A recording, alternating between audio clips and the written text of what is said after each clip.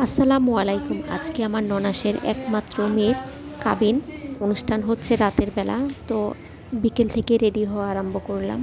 আমি কিন্তু মেকআপ করতে পারি না, এজন্য আমি ৩-৪ দিন যাবৎ সব মেকআপগুলো কিভাবে করে ডাউনলোড করে রেখেছি, কিন্তু আজকে আমি একটু মেকআপ করতে পারছি না। ফাউন্ডেশন দেওয়ার পরে মনে হয় যে আমাকে ভূতের মতো লাগে, এই জন্য আমি 4বার মুখ ধুয়ে আসলাম, 4বার ফাউন্ডেশন দিয়েছি।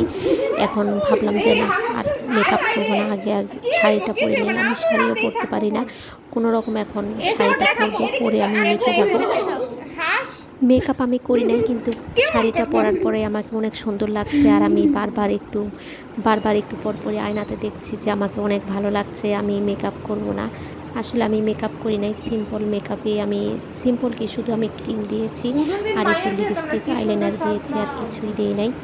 আর সুন্দর করে হিজাবটা পরলেই জাস্ট, আর কিছুই লাগবে না আমার। আসলে আমি গর্জিয়াস মেকআপ করি না, এই জন্য আমাকে সিম্পল সাজিয়ে সবসময় ভালো লাগে।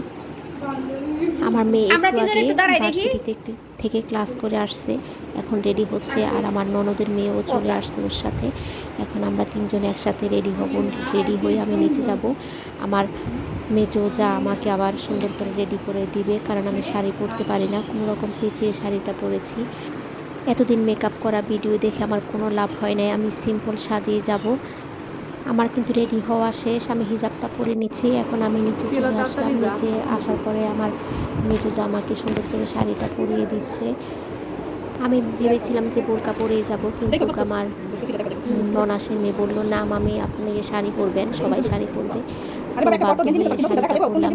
আর এটা তো বাহিরের না অনুষ্ঠান, এটা তো নিজেদের পারিবারিক অনুষ্ঠান, এজন্য শাড়িটা পরেছি। আমার যে কোনো পারিবারিক অনুষ্ঠানে যদি শাড়ি পরি, তাহলে আমার যা আমাকে সবসময় শাড়ি পরিয়ে দেয়। এখনও আমি শাড়ি পরে হাঁটতে গেলে মনে হয় পায়ের মধ্যে শাড়ি পেঁচিয়ে পড়ে যায়।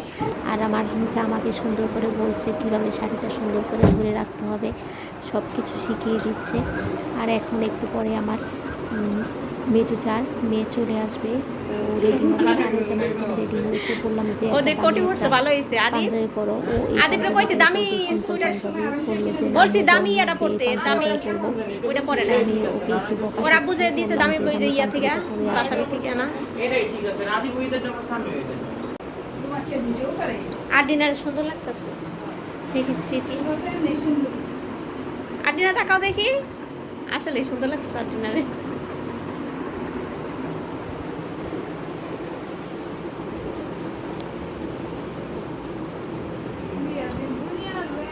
মাত্র আমার মেজো জায়ের মেয়ে চলে আসলো, ও ঢাকা ব্র্যাকে পড়ে। তো আজকে পরীক্ষা ছিল, পরীক্ষা দিয়ে শেষ করে আসলো। আর আমরা আগে বের হয়ে গেলাম, গাড়ি পাঠিয়ে দিয়েছে আমাদের জন্য। আমি আর আমার ননদের মেয়ে চলে যাচ্ছি, আর আমার মেয়ে আগেই চলে গিয়েছে।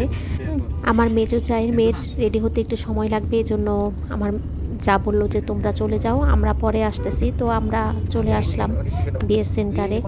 এখানে সবাই আমাদের জন্য অপেক্ষা করছে। আর এই যে গাড়ির মধ্যে একটু দুষ্টুমি করতেছি ওর সাথে, ও ছবি তুলতেছে, ওর জন্য ওর ভিডিও করছি। আজকে এ পর্যন্তই, সবাই আমাদের জন্য দোয়া করবেন। আল্লাহ হাফিজ।